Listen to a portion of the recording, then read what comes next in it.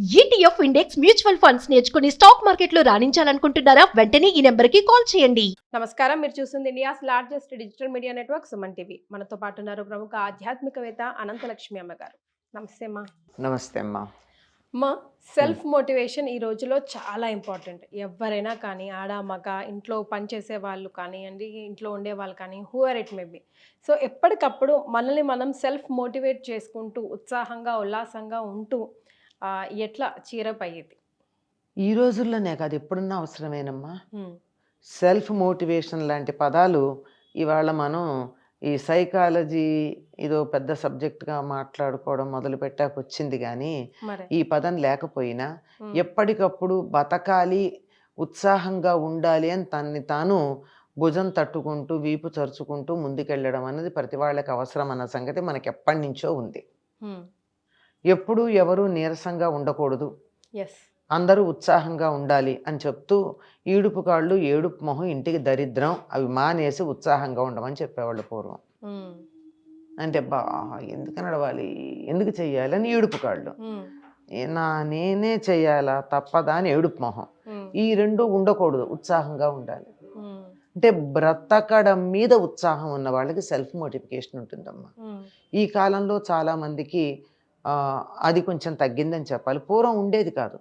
జీవితంలో ఎన్ని కష్టాలు రాని బతకాలి అనేటటువంటి ఒక ఇది ఉండేది, కోరిక ఉండేది లోపల. అసలు ప్రతి జీవికి ఉండేటటువంటి లోపల నుంచి ఉండేటటువంటి ఒక సహజాతం ఇన్స్టింక్ట్ ఏంటంటే టు లివ్, బతకాలి అని. ఈ మధ్య అనేక కారణాలు చాలా ఉన్నాయి, అవి చర్చించడానికి చాలా పెద్ద విషయం. అనేక కారణాలుగా జీవితం మీద ఇష్టం కోల్పోతున్నారు. ఎందుకు బతకాలి, ఎప్పుడు బతికినా ఇంతే కదా, ఇది మెట్ట వేదాంతాలు ఇవన్నీ, ఎన్నాళ్ళు బతికినా చేసేదే ఉంది అని. దీనికి ఇలాంటి నెగిటివ్ థింకింగ్ ఏదైతుందో మనిషిని కుంగదీసేది, డిప్రెషన్ అంటారు, కుంగుబాటుకు లోన్ చేసేది ఏదైతే మానసికంగా కుంగిపోవడం, వేదన పడడం ఏదైతే ఉందో దాని నుండి బయటపడటం కోసమే మీరు అడిగినటువంటి ప్రశ్న ఇక్కడ. సెల్ఫ్ మోటివేషన్ అంటే తనని తాను ఉత్సాహంగా ఉండడానికి తన భుజం తను తట్టుకోవడం. ఎవరు తట్టరమ్మా, గుర్తుపెట్టుకోవాలి, ఒక్క సంగతి గుర్తుపెట్టుకోవాలి. ప్రపంచంలో ప్రతి వాళ్ళకి వాళ్ళ జీవితం తప్ప పక్క వాళ్ళ గురించి ఆలోచించే తీరిక ఓపిక లేదు, అవసరం లేదనుకునేటటువంటి వాతావరణంలో ఉన్నాం. ఒకప్పుడైతే ఒక కుటుంబ సభ్యులు కానీ, మిత్రులు కానీ, ఒక గ్రామస్తులు కానీ అందరం కలిసికట్టుగా ఉందాం అనుకుని ఎవరన్నా కొద్దిగా దిగులుగా ఉన్నట్టయితే అందరూ వాళ్ళని ప్రోత్సహించడానికి రకరకాల కార్యక్రమాలు చేపట్టేవారు. ప్రస్తుతం అది లేదు. అందువల్ల మనమే ఉత్సాహపరుచుకోవాలి. దీనికి ఒక చక్కని ఉదాహరణ చెప్తానమ్మా నేను. శకుంతల దుష్యంతుడు ఆస్థానానికి వెళ్ళింది. గాంధర్వ విధిని పెళ్లి చేసేసుకుంటానన్నాడు. అంటే సరేనంది. దానికి కూడా చాలా ఒక కండిషన్ పెట్టింది. అతను కూడా ఈవిడిని ఆకర్షించడానికి రాజులకు గాంధర్వ ఇది అది ఇది అని చాలా చెప్తాడు. సరే, అయినా సరే నాకు పుట్టబోయే కొడుక్కి చక్రవర్తిత్వం ఇస్తానంటే నేను అంగీకరిస్తానంది. సరేనన్నాడు. వెడుతూ నీకు మంచి రాచ మర్యాదలతో ఒక పట్టప్రాణిని తీసుకొచ్చేట్టుగా ఏర్పాట్లు చేస్తానన్నాడు. అంతే సంగతులు. 12 ఏళ్ళు అయిపోయినాయి. ఈ లోపల కొడుకు పుట్టాడు, వాడు పెద్దవాడు అయ్యాడు, వాడికి వయసు వచ్చింది. తండ్రి అంటాడు, నువ్వు వెళ్ళమ్మా, నీ కొడుకు కణ్వ మహర్షి, నీ కొడుకుకి పట్టాభిషేకం చేయించుకునే వయసు వచ్చింది కనుక నీ కోరిక అదే కనుక నువ్వు వెళ్ళమంటాడు. వెడితే అసలు ఎక్కడ గుర్తుపట్టినాడు చూడలేదు.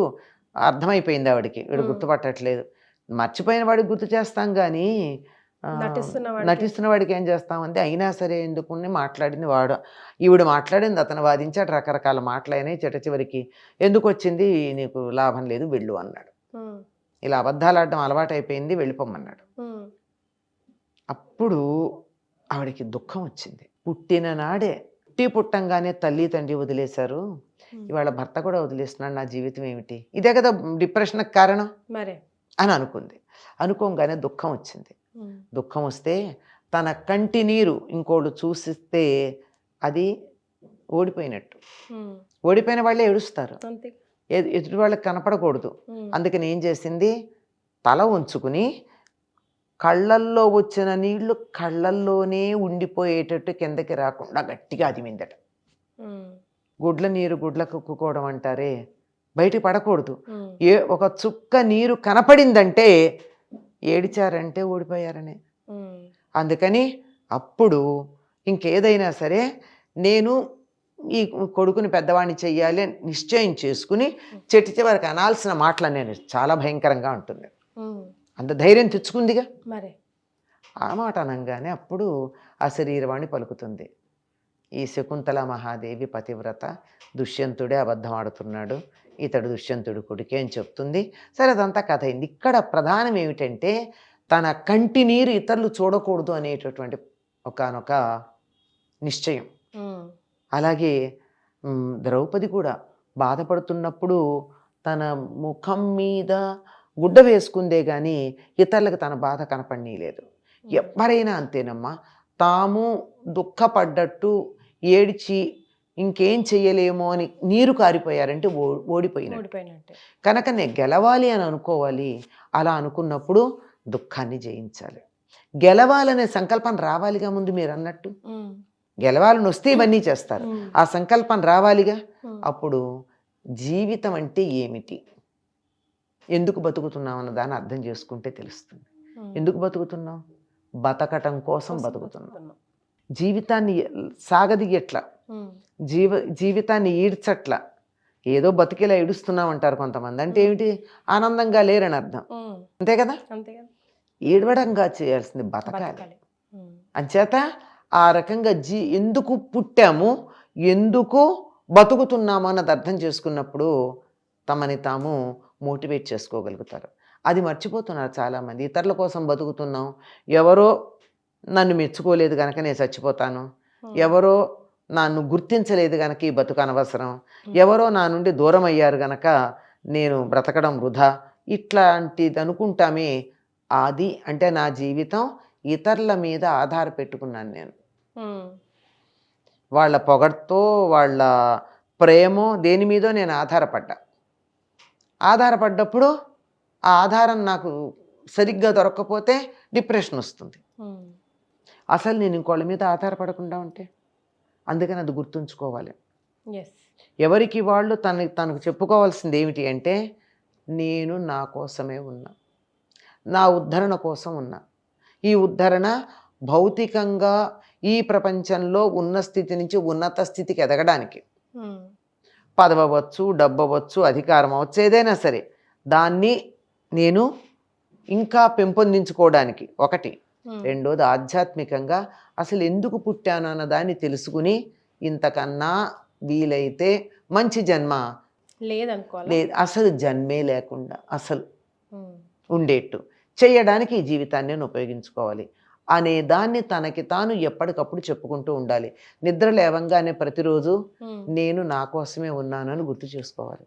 ఉమ్, కావాలంటే ఇతరులకు నేను సహాయపడతా, ఉమ్, నేను బతికుండడం మాత్రం నా కోసమే. జీవితం ఒక వరం, వరాన్ని ఆనందించాలి కానీ అది శాపం అనుకోకూడదు. ఉమ్. బతికుంటే బలుసాకు తింటాం సామెత కూడా ఉంది కదా. ఉంది. తర్వాత ఎప్పుడో ఒకప్పుడు బతికుంటే భవిష్యత్తులో ఏదో ఒక శుభాన్ని చూస్తాం. ఎన్నేళ్లకైనా ఉమ్, ఎన్ని కష్టాలున్నా ఒక శుభాన్ని చూస్తాం అనేటటువంటి ఒక ఆలోచన మనసులో ఉండాలి. ఇవన్నీ ఉండవు. కొన్నిసార్లు కష్టాలు వచ్చినప్పుడు ఇవి ఉండవు. ఉమ్, అప్పుడు ఏం చేయాలి? ప్రతిరోజు నిద్ర లేవంగానే నేను నా కోసం బతుకుతున్నానని ఒక్క మాట అనుకుని లేచినట్టయితే అదే డే మొత్తాన్ని మోటివేట్ చేస్తూ ఉంటుంది మనకి. నేను నా కోసం ఏది చేసినా నేను మీకు సహాయం చేస్తానమ్మా. ఉమ్, ఎందుకు చేస్తాను? మీ మీద ప్రేమ కాదు, పైకి అలా ఉంటుంది. నేను చేసిన సహాయం పొందిన మీ కళ్ళల్లో ఉన్న ఆనందం చూస్తే నాలో ఆనందానికి కావలసిన హార్మోన్లు వస్తాయి. అందుకు yes. మీకు నేను సహాయం చేస్తే మీరు నన్ను తిడితే మళ్ళీ చేస్తానా? మరి మీరు ఆ కృతజ్ఞతాపూర్వకంగా నా వంక చూసినప్పుడు నాకు ఆనందం కలుగుతుంది. అంటే నేను ఎందుకు ఇచ్చాను మీకు? నా ఆనందం కోసం ఇచ్చాను, మీకు సహాయం చేస్తున్నాను కాదు. ఇలాంటివి గుర్తుంచుకుంటూ ఉన్నట్టయితే నేను నా కోసం బతుకుతున్నాను, ఇతరుల కోసం కాదు అనే సంగతిని గుర్తుంచుకుంటే అస్సలు ఎటువంటి సమస్య ఉండదు. థ్యాంక్ యూ సో మచ్ మా. నమస్తే అమ్మా.